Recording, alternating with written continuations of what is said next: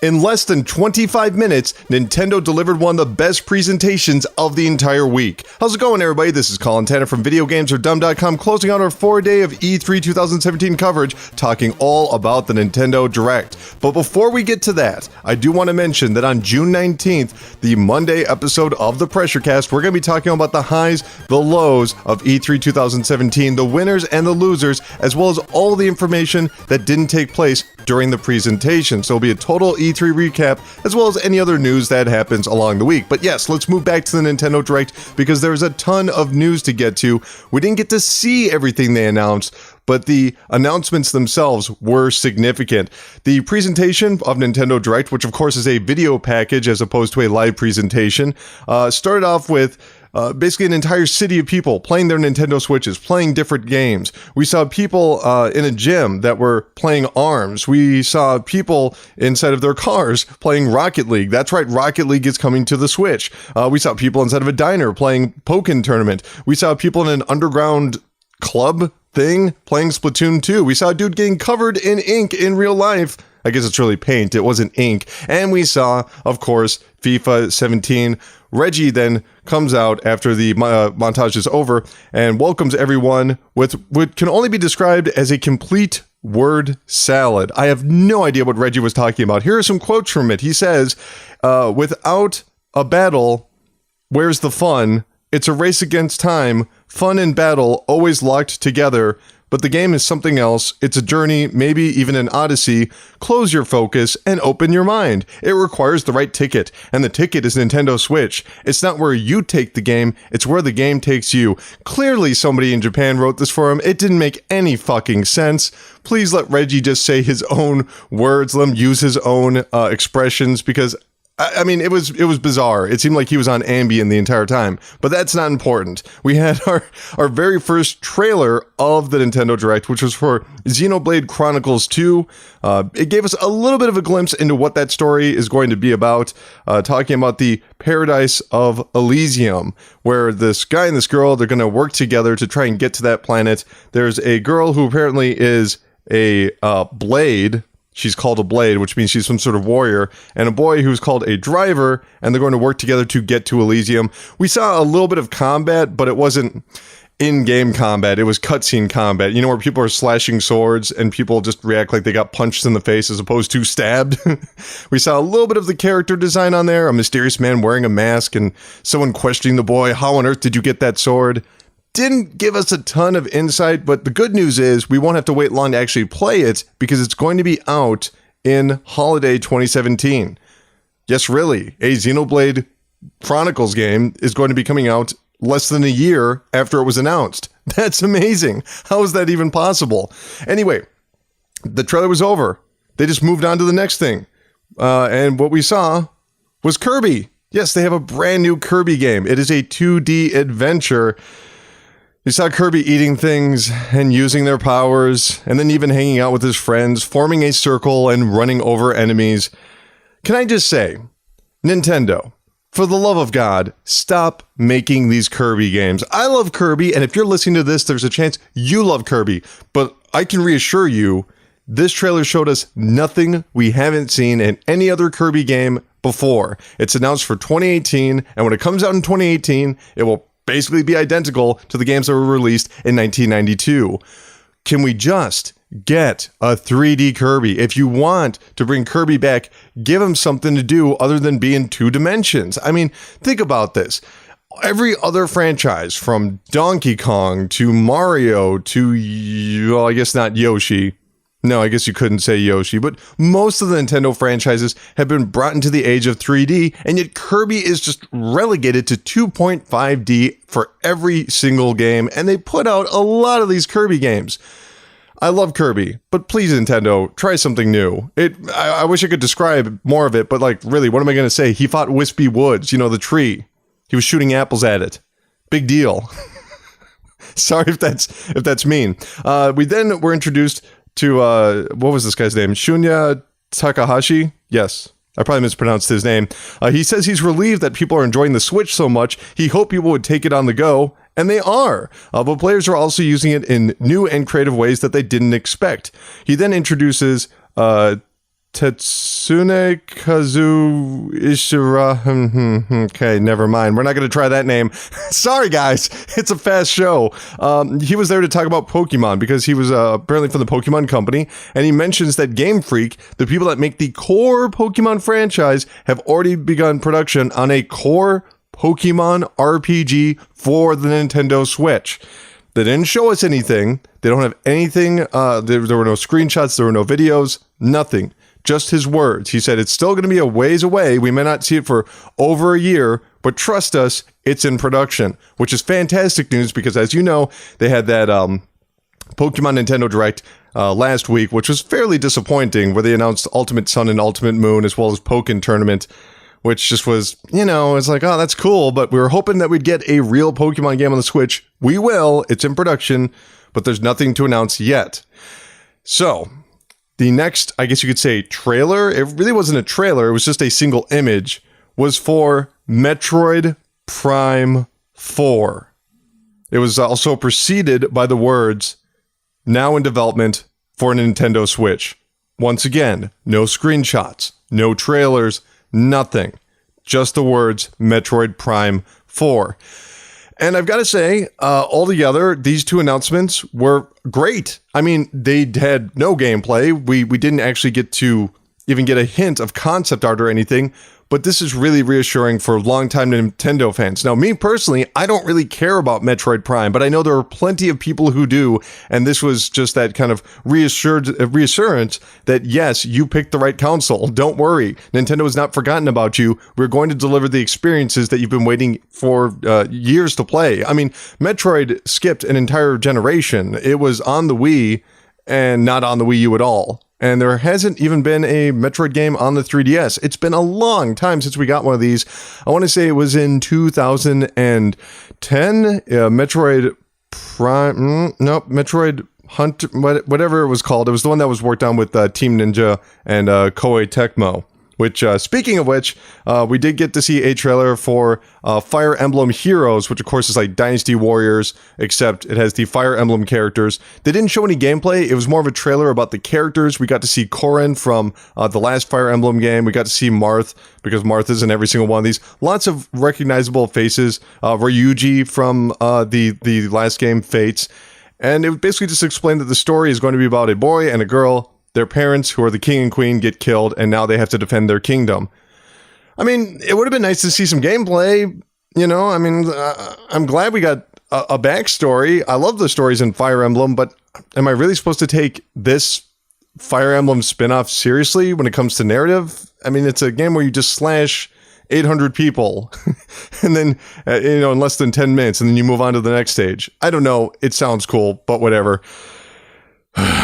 And then the next trailer was for another Yoshi game. That's right. Yarn Yoshi is back in his crazy woolly world, and except the world is made of cardboard now. But to be fair, there were some differences. In case you didn't play Yoshi's Woolly World, it was a 2D game, right? This game, on the other hand, apparently is going to be embracing more of a 3D model while being in 2D. It almost reminded me a little bit of Super Paper Mario, because you saw Yoshi being able to flip the stages and see what was on the other side of the cardboard build of the environments. And that was kind of neat. At one point, you actually saw him in a boss fight where it appeared he could move in full 360 direction, even though it was a fixed camera angle, sort of like Super Mario World 3D. Is it my kind of thing? Probably not. I do not like these Yoshi games, but nevertheless, the fans really latched on to Yarn Yoshi. I mean, I know a lot of people that bought that amiibo. They never bought an amiibo before, and they bought that Yarn Yoshi amiibo just because they love the character so much. So, yes, I get it. Understood. People like Yoshi after all. Me personally, don't care, but I like that they're evolving the franchise somewhat with a 3D exploration. That's something that Kirby could use maybe in the future if you feel like it.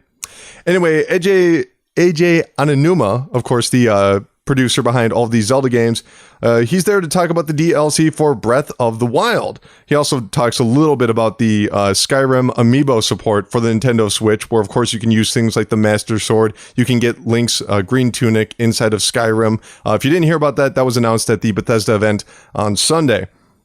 But he then goes on to talk about the DLC for Breath of the Wild, because they're going to be arriving in 2 separate packs. Altogether, it costs $20. So we're going to get 1 pack this summer and another pack later this holiday season.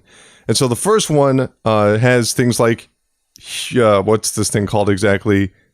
The Trial of the Sword. It's basically a giant shrine that you have to play through. It's supposed to be incredibly difficult. And to be honest, as someone that played a lot of Breath of the Wild, it didn't exactly blow me away because it looked just like a shrine that you've already seen before, except the outdoor environments were inside of there. So it was a lot of repackaged assets, just kind of like trees hanging out inside of the shrine, goblin bases, which are directly lifted from the outside world. I mean, you know, I'm sure it's going to be good. They're always good with level design. I'm sure they'll pace it in a way that'll make it entertaining, but I was hoping to see something new here, and it doesn't look like we're going to get that.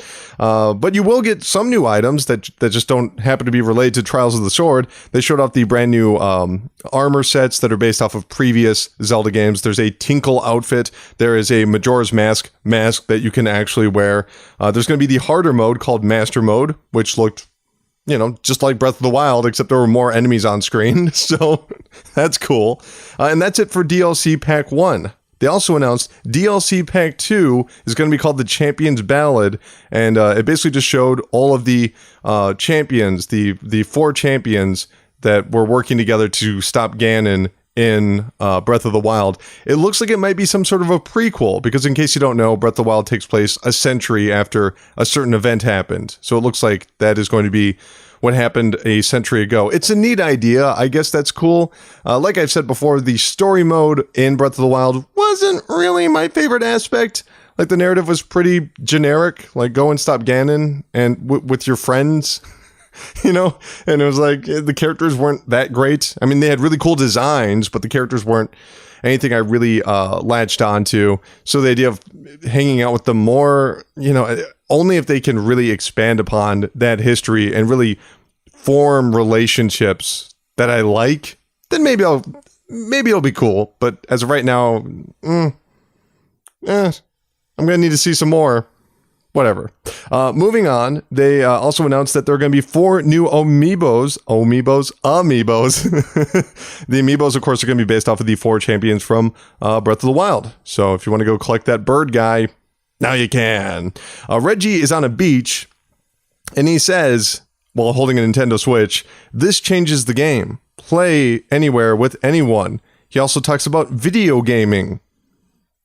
I didn't know people still use that term since the early 90s, but okay. He talks about E3 and calls it Magic Week. I'm telling you, I don't think he wrote this. This was just handed to him from Japan. He mentions that there's going to be the Splatoon, ARMS, and Pokken tournament later this week. And then he cuts to another trailer for Mario and Rabbids Magic Kingdom, which of course was announced officially at the Ubisoft press conference. And it was actually narrated by Yves Guillemot, the CEO of Ubisoft, which was a nice little touch. It still looks amazing. It still looks just like XCOM meets Mario. If you have not watched the trailer for this, I highly recommend it. I talked more about this game yesterday, and yes, I feel like just today, I'm more excited for that game. Like, I'm already kind of settling into that concept, and it seems just so outrageous. I don't know. I never thought I'd see Mario with a gun, let alone a strategic turn-based role-playing game. And I still think they should have permadeath.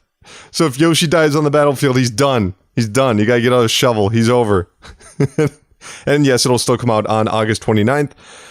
We then saw a trailer for, well, not really a trailer, but a teaser for Rocket League on the Nintendo Switch, which will be arriving in holiday 2017. It will have local wireless play, new cars, Mario and Luigi hats for said cars, as well as cross-network play, so you can play with other consoles. Presumably, it would be the Xbox One and PC version, I assume, which would be a pretty sizable base. So that's awesome if you're worried not many people will be online with the Nintendo Switch version.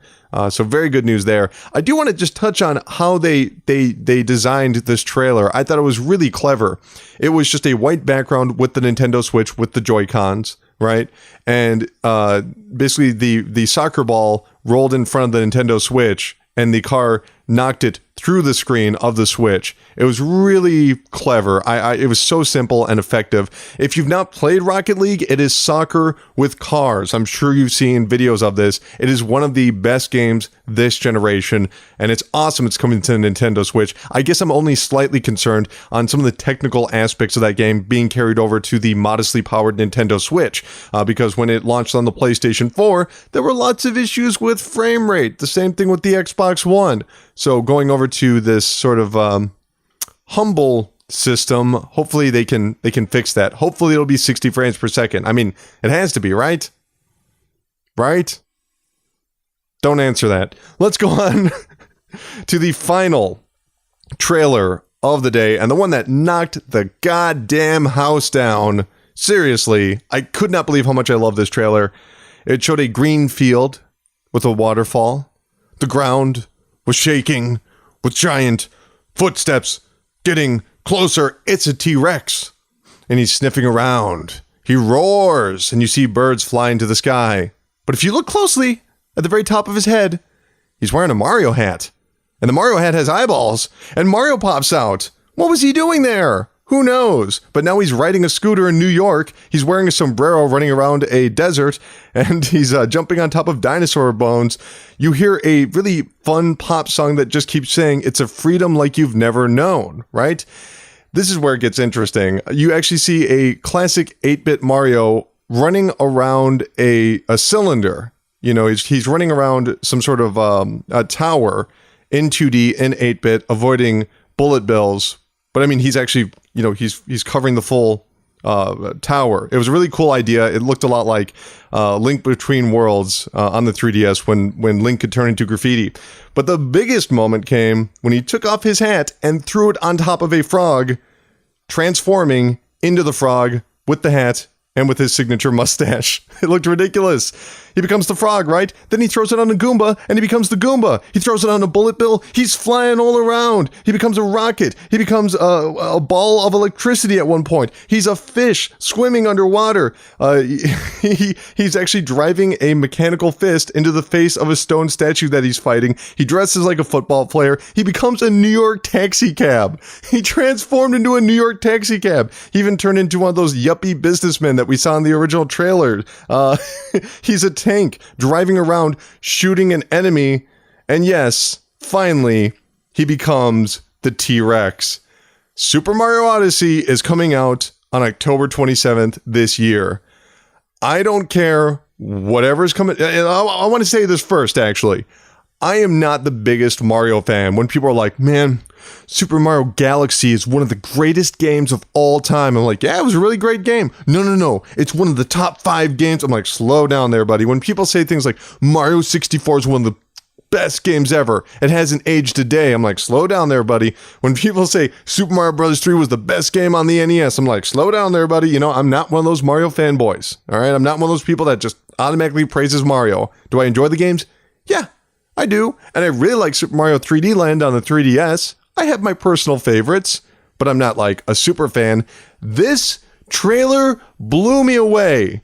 There was so much energy. All of these environments look completely different. And the idea that you're going to be transforming into these totally disparate elements means that they're going to have to alter the way that you control and what the function of your character is. And after playing something like Breath of the Wild, the Zelda game, where there was so much experimentation, seeing that hat ability just communicates like, yeah, there's just going to be throwaway stuff you can do in here. That's just going to be fun. That's just going to be goofy.